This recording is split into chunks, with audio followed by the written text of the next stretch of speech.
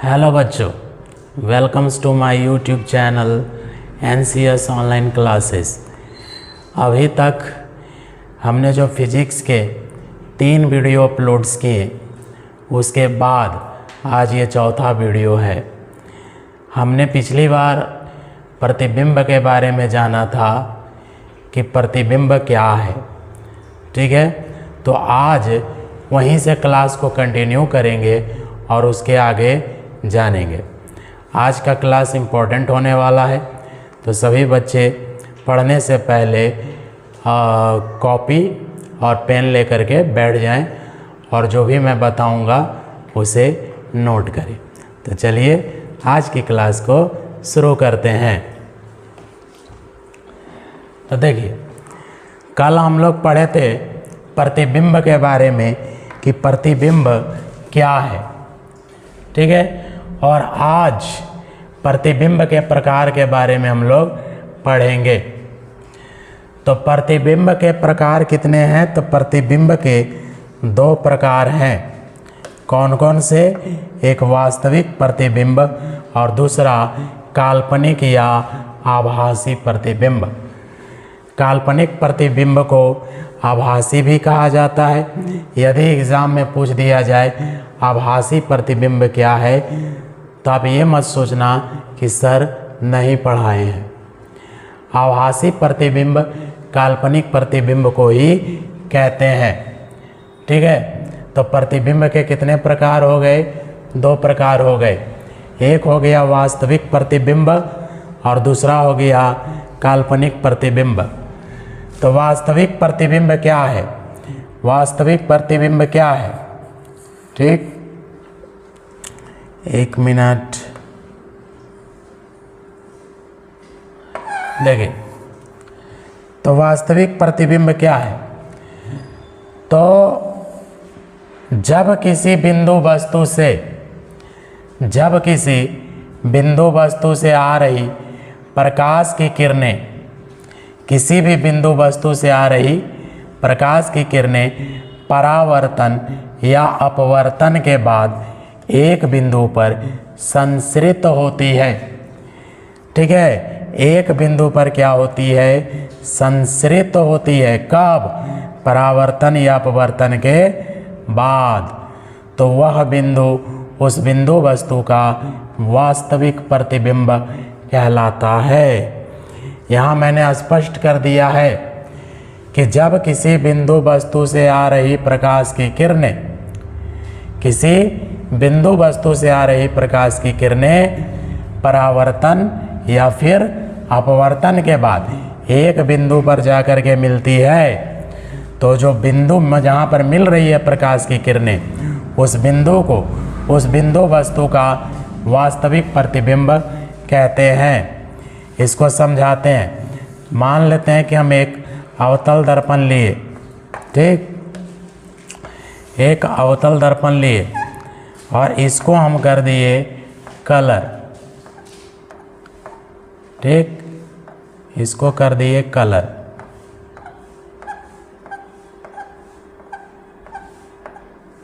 ठीक, और इसके बीच से एक लाइन जाएगी जिसको हम लोग कहते हैं अक्ष, और ये अक्ष जहाँ पर मिल रही है दर्पण से उसे ध्रुव यानी P कहते हैं। और ये है मैग्निफिकेशन ऑफ मिरर M। इसको समझने के लिए हम एक अवतल दर्पण लेते हैं और अवतल दर्पण के सामने एक वस्तु रखते हैं। इस वस्तु का नाम हम देते हैं A और B। अब इस बिंदु वस्तु से आ रही प्रकाश की किरणें परावर्तन या अपवर्तन के बाद, परावर्तन या अपवर्तन के बाद जिस बिंदु पर आकर के मिलती है, ठीक है, जिस बिंदु पर आकर के मिलती है, तो ये जो मिलन बिंदु है जहाँ पर मिल रही है, वहाँ पर एक प्रतिबिंब बनेगा। एक प्रतिबिंब बनेगा। किसका प्रतिबिंब बनेगा? उस वस्तु का प्रतिबिंब बनेगा। ठीक, उस वस्तु का प्रतिबिंब बनेगा। तो किसी बिंदु वस्तु से आ रही प्रकाश की किरणें परावर्तन या अपवर्तन के बाद जब किसी बिंदु पर जा कर के मिलती है तो मिलन बिंदु पर जो प्रतिबिंब बनता है, तो मिलने से बन रही है तो उसे वास्तविक प्रतिबिंब कहते हैं। मिलन बिंदु पर जो प्रतिबिंब बनता है उसे हम लोग वास्तविक प्रतिबिंब कहते हैं। और उसमें क्या होती है कि जब किसी बिंदु वस्तु से आ रही प्रकाश की किरणें परावर्तन या अपवर्तन के बाद एक बिंदु से अपसरित होती हुई प्रतीत होती है, मतलब एक बिंदु से फैलती हुई महसूस होती है। तो जिस बिंदु से फैलती हुई महसूस होती है उस बिंदु पर बनने वाला प्रतिबिंब काल्पनिक प्रतिबिंब होता है। तो ये बात आपको समझ में आ गई, क्लियर है? तो इसे स्क्रीनशॉट ले लीजिए और नोट कर लीजिए, ठीक है? बहुत ही ज़्यादा इम्पोर्टेंट है। तो बढ़ें अगले टॉपिक्स की ओर, चलिए बढ़ते हैं। वास्तविक प्रतिबिंब और आभासी प्रतिबिंब में अंतर। अभी हमने जाना वास्तविक प्रतिबिंब क्या है और आभासी यानी काल्पनिक प्रतिबिंब क्या है। एग्ज़ाम में इस पर क्वेश्चंस भी आते हैं, अंतर पूछे जाते हैं कि वास्तविक और काल्पनिक प्रतिबिंब में अंतर बताओ। तो वास्तविक प्रतिबिंब को रियल इमेज कहते हैं, जबकि काल्पनिक प्रतिबिंब को वर्चुअल इमेज कहते हैं। तो वास्तविक प्रतिबिंब, जैसा कि नाम में ही लिखा हुआ है वास्तविक, तो यह किरणों के वास्तविक कटान से बनता है। किरणों के वास्तविक कटान से बनता है। तो बताइए उसमें क्या होगा? यह किरणों के काल्पनिक कटान से बनता है, क्योंकि आभासी का मतलब काल्पनिक। यह जो प्रतिबिंब बनेगा वास्तविक प्रतिबिंब, यह हमेशा कैसा बनेगा? तो उल्टा बनेगा, ठीक। वास्तविक प्रतिबिंब कैसा बनेगा? हमेशा उल्टा बनेगा। और काल्पनिक प्रतिबिंब कैसा बनेगा? तो सीधा बनेगा। इस प्रतिबिंब को पर्दे पर उतारा जा सकता है। इस प्रतिबिंब को, किसको? वास्तविक प्रतिबिंब को पर्दे पर उतारा जा सकता है, लेकिन आभासी या काल्पनिक प्रतिबिंब को पर्दे पर नहीं उतारा जा सकता है, ठीक है। अब आइए, यह दर्पण के सामने बनता है। कौन? वास्तविक प्रतिबिंब जो बनेगा वो दर्पण के सामने बनेगा, और जो काल्पनिक प्रतिबिंब या आभासी प्रतिबिंब बनेगा वो दर्पण के पीछे बनेगा, ठीक है। तो फिर से एक बार देख लेते हैं कि वास्तविक प्रतिबिंब और आभासी प्रतिबिंब में क्या अंतर है। तो वास्तविक प्रतिबिंब किरणों के वास्तविक कटान से बनता है, जबकि आभासी प्रतिबिंब किरणों के काल्पनिक कटान से बनता है, ठीक। वास्तविक प्रतिबिंब हमेशा उल्टा बनता है, जबकि काल्पनिक प्रतिबिंब हमेशा सीधा बनता है। वास्तविक प्रतिबिंब को पर्दे पर उतार सकते हैं, जबकि आभासी प्रतिबिंब को पर्दे पर नहीं उतार सकते हैं। वास्तविक प्रतिबिंब दर्पण के सामने बनता है, जबकि काल्पनिक प्रतिबिंब दर्पण के पीछे बनता है। एकदम मक्खन है, ठीक है। तो अगर आपको समझ में आ रही है तो कमेंट में आप लिखिए, इससे हमें इंस्पिरेशन मिलेगा कि आपको समझ में आ रही है और हम आपको समझा पा रहे हैं, ठीक है। तो बढ़ें अगले टॉपिक्स की ओर, चलिए बढ़ते हैं। तो देखिए अगला है कि समतल दर्पण द्वारा जो प्रतिबिंब बनता है उस प्रतिबिंब की विशेषताएं क्या है, यानी समतल दर्पण द्वारा बने प्रतिबिंब की विशेषताएं क्या है। तो देखिए समतल दर्पण द्वारा जो बना प्रतिबिंब होता है वो काल्पनिक होता है, और काल्पनिक प्रतिबिंब के बारे में क्या पढ़े थे कि इसे पर्दे पर नहीं उतारा जा सकता है, ठीक है। और काल्पनिक प्रतिबिंब है तो कैसा बनेगा? हमेशा सीधा बनेगा, सीधा बनेगा। प्रतिबिंब वस्तु के समान आकार का बनेगा, यानी जितनी बड़ी वस्तु है उतना ही बड़ा प्रतिबिंब भी बनेगा। जितना बड़ा वस्तु का साइज होगा उतना ही बड़ा प्रतिबिंब भी बनेगा। ठीक है, प्रतिबिंब जो है समतल दर्पण के उतना ही पीछे बनता है जितना वस्तु को हम दर्पण के सामने रखते हैं। दर्पण के सामने वस्तु को जितनी दूरी पर रखा जाएगा, प्रतिबिंब दर्पण के उतना ही पीछे बनेगा। मान लीजिए कि हम प्रतिबिंब को दर्पण से 15 सेंटीमीटर या 30 सेंटीमीटर की दूरी पर सामने रखते हैं, तो दर्पण 15 सेंटीमीटर या 30 सेंटीमीटर की दूरी पर दर्पण के पीछे बनेगा। ठीक है, तो याद रखिएगा, जितना दर्पण के सामने वस्तु रखी जाएगी उतना ही दर्पण के पीछे उसका प्रतिबिंब बनेगा। ठीक है, अब देखिए, यह पार्श्व विपरिवर्तन को दर्शाता है। यह किसको दर्शाता है? पार्श्व विपरिवर्तन को दर्शाता है। मतलब दायां भाग बाएं में और बायां भाग दाहिने तरफ दिखाई देगा। आप दर्पण के सामने खड़े हो जाइए घर में आईने के सामने, तो आप देखिएगा कि आपका बायां हाथ दायां में और दायां हाथ बायां तरफ दिखाई पड़ता है, लेकिन आपको ऐसा लगता है। लेकिन आप जिस तरफ दर्पण है उस तरफ अगर खड़ा होइएगा तो आपका ऑटोमेटिक हाथ बदल जाएंगे। आपका इस साइड वाला इधर चलाएगा, उस साइड वाला इधर चलाएगा। मतलब असलियत में नहीं बदलेंगे, पर आप घूम ना जाइएगा दर्पण की दिशा में। तो आप इधर थे, घूमिए, आपका हाथ इधर था दायां। ठीक है, अगर आप इधर है और आपका हाथ इधर है तो आप ऐसे घूमिएगा, मुंह उधर कीजिएगा, तो इधर वाला हाथ उधर चला जाएगा। ठीक है, वो ऐसा लगता है लेकिन असलियत में नहीं होता।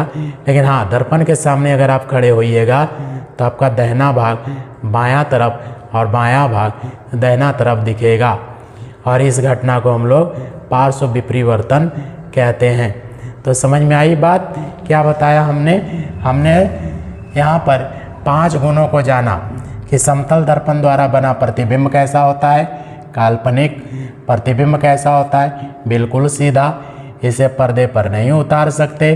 प्रतिबिंब वस्तु के समान आकार का होता है, यानी जितनी बड़ी वस्तु उतना बड़ा प्रतिबिंब। प्रतिबिंब समतल दर्पण के उतना ही पीछे बनेगा जितना हम वस्तु को समतल दर्पण के सामने रखेंगे। यह किस घटना को दर्शाती है? तो पार्श्व विपरिवर्तन को दर्शाता है। अब देखिए, यहाँ पर क्वेश्चन पूछा है कि एक समतल दर्पण है, उसके सामने 15 सेंटीमीटर की दूरी पर, समतल दर्पण से कितनी दूरी पर? 15 सेंटीमीटर की दूरी पर 5 सेंटीमीटर ऊंची एक वस्तु रखी गई है। तो समतल दर्पण द्वारा बने प्रतिबिंब की प्रकृति बतानी है कि कैसा बनेगा, प्रतिबिंब का आकार बताना है कि कितना बड़ा बनेगा, और प्रतिबिंब का स्थान बताना है कि दर्पण से आगे या पीछे कितना दूरी पर बनेगा। तभी अभी हम लोगों ने क्या जाना, 15 सेंटीमीटर दूर रखी है दर्पण के सामने। तो दर्पण के सामने जितना दूर रखेंगे, दर्पण के पीछे उसका प्रतिबिंब उतना ही दूर बनेगा। तो दर्पण के सामने अगर हम वस्तु को 15 सेंटीमीटर की दूरी पर रखते हैं तो दर्पण के पीछे भी 15 सेंटीमीटर की दूरी पर उस वस्तु का प्रतिबिंब बनेगा। ठीक है, उसके बाद वस्तु कितनी बड़ी थी? तो 5 सेंटीमीटर ऊंची थी। अगर वस्तु जितनी बड़ी है, वस्तु अगर 5 सेंटीमीटर बड़ी है तो वस्तु का प्रतिबिंब जो होगा, उसका आकार जो होगा वस्तु के समान होगा, ऊपर ही पड़ चुके हो। यानी वस्तु की ऊंचाई अगर 5 सेंटीमीटर है तो प्रतिबिंब की भी ऊंचाई 5 सेंटीमीटर ही होगी। ठीक है, अब देखिए, उसकी प्रकृति पूछ रही है। प्रकृति यानी वस्तु किस प्रकृति का होगा, तो हम क्या बताए कि यह किस में बना है? समतल दर्पण में बना है, और समतल दर्पण से जो प्रतिबिंब बनता है उसकी प्रकृति क्या होती है? काल्पनिक। तो यह प्रतिबिंब कैसा होगा? काल्पनिक। ठीक है, तो हम लिख सकते हैं, पहले प्रकृति पूछा है तो प्रकृति कितनी क्या हो जाएगी? काल्पनिक। समझ में आ रही है? प्रकृति क्या हो जाएगी? काल्पनिक। आकार क्या हो जाएगा प्रतिबिंब का? तो जितना पहले था, जितना बड़ा वस्तु पहले थी, कितना बड़ी थी? 5 सेंटीमीटर ऊंची है, तो 5 सेंटीमीटर का ही होगा। ठीक है। अब प्रतिबिंब का स्थान, तो दर्पण के सामने 15 सेंटीमीटर दूरी पर वस्तु रखे थे, तो दर्पण के पीछे 15 सेंटीमीटर दूर प्रतिबिंब बनेगा। तो स्थान क्या होगा? दर्पण के पीछे, स्थान दर्पण के पीछे, दर्पण के पीछे, दर्पण के पीछे कितना पीछे बनेगी बाबू? 15 सेंटीमीटर दूर, दर्पण के पीछे 15 सेंटीमीटर दूर बनेगी। समझ में आ गई? तो इसे आप नोट कर लीजिए, बहुत ही इम्पोर्टेंट टॉपिक्स है। तो चले अगला टॉपिक्स की ओर बढ़े। चलिए अगला टॉपिक, तो यहाँ पर विपरिवर्तन और पार्श्व विपरिवर्तन, ठीक, विपरिवर्तन और पार्श्व विपरिवर्तन, ये दो घटनाएं।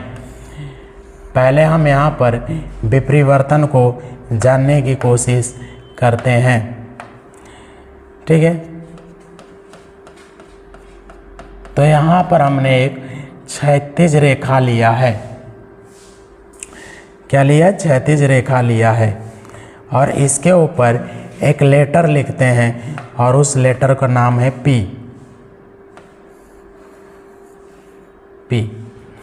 अब क्या होगा अगर इस लेटर को हम वैसे घुमा दें, तो मतलब इस लेटर को ऐसे घुमा दें तो ऊपर में वाला जो भाग दिख रहा है आपको ऐसे, ऊपर वाला भाग नीचे आ जाएगा।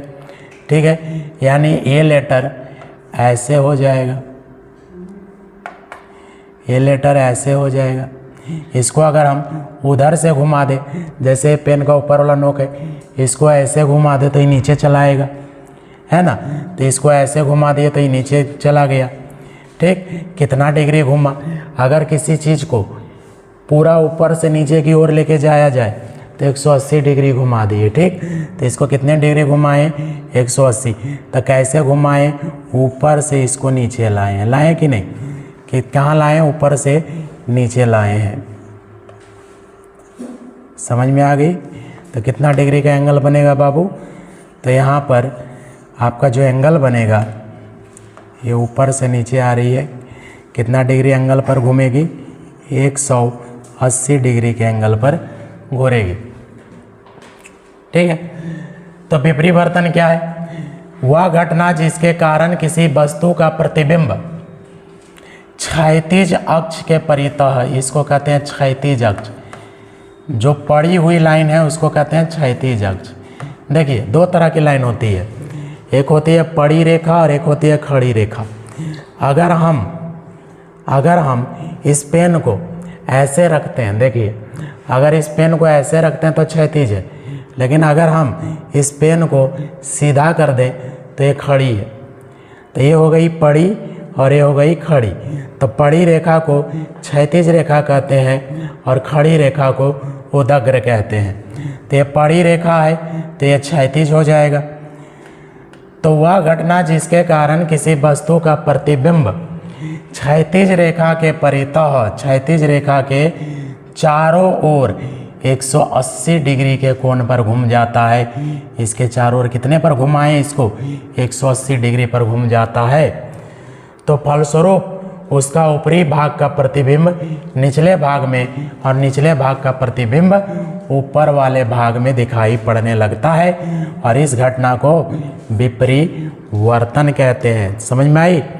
तो वह घटना जिसके कारण किसी वस्तु का प्रतिबिंब क्षैतिज अक्ष के परितः 180 डिग्री के कोण पर घूम जाता है, फलस्वरूप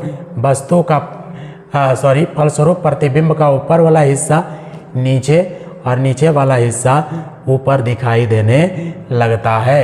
तो इस घटना को क्या कहते हैं? विपरिवर्तन कहते हैं। क्या कहते हैं? विपरिवर्तन। अब देखिए यहाँ पे पार्श्व विपरिवर्तन दिख रहा है, पार्श्व विपरिवर्तन। तो ये यहाँ पर देखिए लिखा गया है उदग्र रेखा, वही चीज़ है लेकिन उदग्र रेखा के परितः घूमेगी। उदग्र रेखा क्या है? तो उदग्र रेखा खड़ी रेखा को कहते हैं। वहाँ पर क्षैतिज था पड़ी रेखा, ये उदग्र रेखा खड़ी रेखा को कहते हैं। ठीक। हम मान लीजिए यहाँ पर वस्तु P रख दिए, यहाँ पर हम एक वस्तु P रख दिए और ये वस्तु कैसे दिखने लगेगी, ऐसे दिखने लगेगी। मतलब इसका हिस्सा इधर ला दिए, इसको ऐसे घुमाए, मतलब ये था ऐसे घुमा, इधर था ये घूम के इधर आ गया, इधर था ये घूम करके इधर आ गया। मतलब ये कितना डिग्री के एंगल पर घूम गई, 180 डिग्री। हम बोले ना एकदम उल्टा हो जाए तो 180। देखिए उसमें क्या था कि ऊपर से ऐसे घूम रही थी, इसमें क्या है कि इधर से ऐसे घूम रही है। तो उदग रेखा के परितः 180 डिग्री पर घूम जाए और बायां भाग दाएं में और दायां भाग बाएं की ओर दिखने लगे तो इस घटना को पार्श्व विपरिवर्तन कहते हैं। और पता है कि पार्श्व विपरिवर्तन कौन से प्रतिबिंब का खूबी है, तो ये है वास्तविक प्रतिबिंब का। ठीक है, तो आगे बढ़ें, मक्खन है, चलिए आगे बढ़ते हैं। तो ध्यान से देखिएगा, मुश्किल से 3 या 4 मिनट का क्लास और बचा हुआ है। ये जो क्वेश्चंस हम यहाँ पर दिखा रहे हैं, ये जो क्वेश्चंस है बिहार बोर्ड में पूछे जाते हैं और बहुत इम्पोर्टेंट क्वेश्चंस है। तो ये रहेगी आपकी होमवर्क, जितना आपने पिछले 3 वीडियो में पढ़ा है और आज ये चौथा वीडियो में पढ़ा है, उन सब को मिला करके ये क्वेश्चंस हैं। तो पहला क्वेश्चन देखिए, बताया हुआ है प्रकाश पुंज क्या है या कितने प्रकार के होते हैं। जो बच्चे चौथा वीडियो देख रहे हैं वो प्रश्न का सभी क्वेश्चंस का सही उत्तर देने के लिए बाकी के पिछले 3 वीडियो को जरूर देखें। तो यहाँ पर देखिए पहला क्वेश्चन क्या था, प्रकाश पुंज क्या है या कितने प्रकार के होते हैं, समझा दिया गया है। दूसरा क्या है, आत्मदीप्त पदार्थ और अदीप्त पदार्थ को परिभाषित करना है, वो भी बता दिए हैं। प्रकाश का परावर्तन क्या है, प्रकाश के परावर्तन के कितने प्रकार हैं, तो जानते हैं ना 2 प्रकार है, नियमित और अनियमित परावर्तन। फिर प्रकाश के परावर्तन के नियम को लिखना है, 2 नियम है, ठीक है, लिख लीजिएगा। समतल दर्पण द्वारा बने प्रतिबिंब की विशेषताएं लिखनी है। वास्तविक प्रतिबिंब एवं काल्पनिक प्रतिबिंब में अंतर बताना है। पार्श्व विपरिवर्तन क्या है, अभी बताएं कुछ देर पहले। पारदर्शी, अपारदर्शी और पारभासी पदार्थ को परिभाषित करना है, जो कि हम बता दिए। नियमित परावर्तन और अनियमित परावर्तन क्या है, इसको भी बताना है। तो मैं आशा करता हूँ कि आज का क्लास आप लोग को बहुत ही अच्छे से समझ में आया होगा और वीडियो को लाइक ज़रूर करिए, इससे हमारा इंस्पिरेशन बढ़ता है। और कमेंट में ज़रूर लिखिए, जहाँ आपको समझ में नहीं आ रहा है उसके ऊपर काम किया जाएगा। तब तक के लिए धन्यवाद। जय भीम।